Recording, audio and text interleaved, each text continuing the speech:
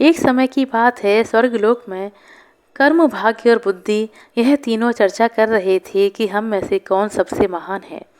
कुछ दिन बीत गए, लेकिन फिर भी तीनों इस बात का निर्णय नहीं कर पाए कि उनमें से महान कौन है। एक दिन नारद मुनि उनके पास से गुजर रहे थे तो उन्होंने देखा कर्म, भाग्य और बुद्धि आपस में किसी बात को लेकर झगड़ा कर रहे थे। नारद मुनि तीनों के पास पहुंचे और पूछने लगे, आप तीनों किस बात पर झगड़ रहे हैं। तब कर्म, भाग्य और बुद्धि ने कहा, हे नारद मुनि, अब आप ही विचार कीजिए कि हम तीनों में से महान कौन है। नारद मुनि हंसते हुए बोले, ठीक है, लेकिन इसके लिए आप तीनों को पृथ्वी लोक पर जाना होगा और 1 सप्ताह का समय व्यतीत करना होगा, किसी साधारण इंसान के साथ रहना होगा। आप तीनों में से जिसके प्रभाव से उस इंसान का भला हो जाएगा, उसी को महान घोषित किया जाएगा। यह सुनकर तीनों पृथ्वी लोक पर जाने के लिए राजी हो गए। जब तीनों पृथ्वी लोक पर आए तो उन्होंने जंगल में एक गरीब इंसान को पेड़ काटते हुए देखा। उन तीनों को लगा कि यही सही इंसान है जिसके शरीर में प्रवेश करके हम अपनी अपनी महानता सिद्ध कर सकते हैं। कर्म, भाग्य और बुद्धि आपस में बातें करके सही निर्णय लेते हैं कि वे 1 सप्ताह तक इस इंसान के शरीर में रहेंगे और जिसके प्रभाव से इस इंसान का भला होगा, उसे ही महान समझा जाएगा। कर्म ने कहा, सबसे पहले मैं जाऊंगा और इस इंसान का भला करूंगा। कर्म की उस इंसान के शरीर में प्रवेश करते ही उसकी कर्म क्षमता दोगुनी हो गई और वह व्यक्ति प्रतिदिन जितनी लकड़ियां काटता था, उससे ज़्यादा लकड़ियां काटने लगा। यह देखकर वह इंसान बहुत खुश हुआ।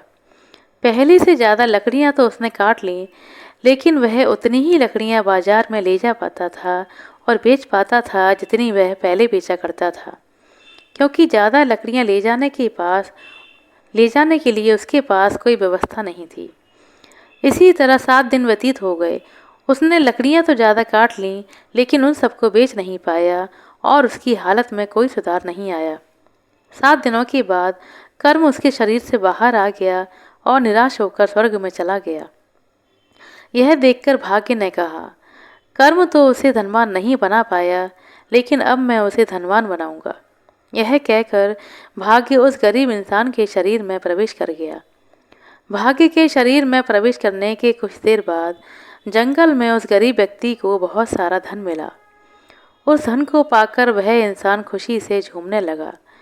धन को कैसे संभाल कर रखा जाता है और कैसे सही उपयोग किया जाता है, इसका उसे ज्ञान नहीं था और उसने सारा धन खर्च कर दिया।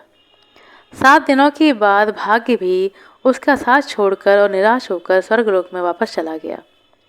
बुद्धि ने भाग्य से कहा, देखना, अब मैं इसे कैसे धनवान बनाती हूँ। बुद्धि के इंसान के मस्तिष्क में प्रवेश करते ही उसे ज्ञान की प्राप्ति हुई।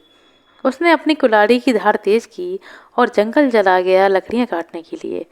आज उसने पिछले दिनों से कुछ ज़्यादा लकड़ियाँ काटी और सारी लकड़ियों को एक रस्सी से बांधकर खींचते हुए बाजार ले गया। उसने पहले से थोड़ा सा ज़्यादा धन कमाया और उस धन से उसने एक कुल्हाड़ी और खरीद ली। अब उसके पास 2-2 कुल्हाड़ियाँ थीं और जब लकड़ी काटते काटते एक कुल्हाड़ी की धार खत्म हो जाती वह दूसरी कुल्हाड़ी का इस्तेमाल करके लकड़ियाँ काटता।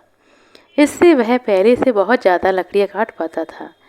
इन सब लकड़ियों को बेचकर वह पहले से ज़्यादा पैसे कमाने लगा। अब उसके पास उस धन को सही जगह पर खर्च करने का ज्ञान भी था।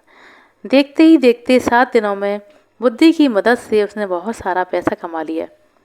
7 दिनों के बाद बुद्धि का समय खत्म हुआ और वह वापस स्वर्गलोक चली गई।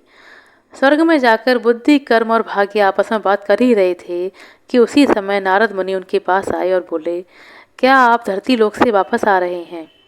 तब कर्म, बुद्धि और भाग्य नारद मुनि से बोले, जी हाँ, हम पृथ्वी लोक से वापस आ रहे हैं। और साथ ही कर्म और भाग्य नारद मुनि से बोले, हे नारद मुनि, बुद्धि ही महान है, क्योंकि जहाँ बुद्धि होती है वहाँ कर्म और भाग्य अपने आप ही खींचा चला जाता है। इसलिए बुद्धि को महान कहा गया है। आशा करते हैं दोस्तों आपको हमारे द्वारा सुनाई गई छोटी सी कहानी अच्छी लगी होगी।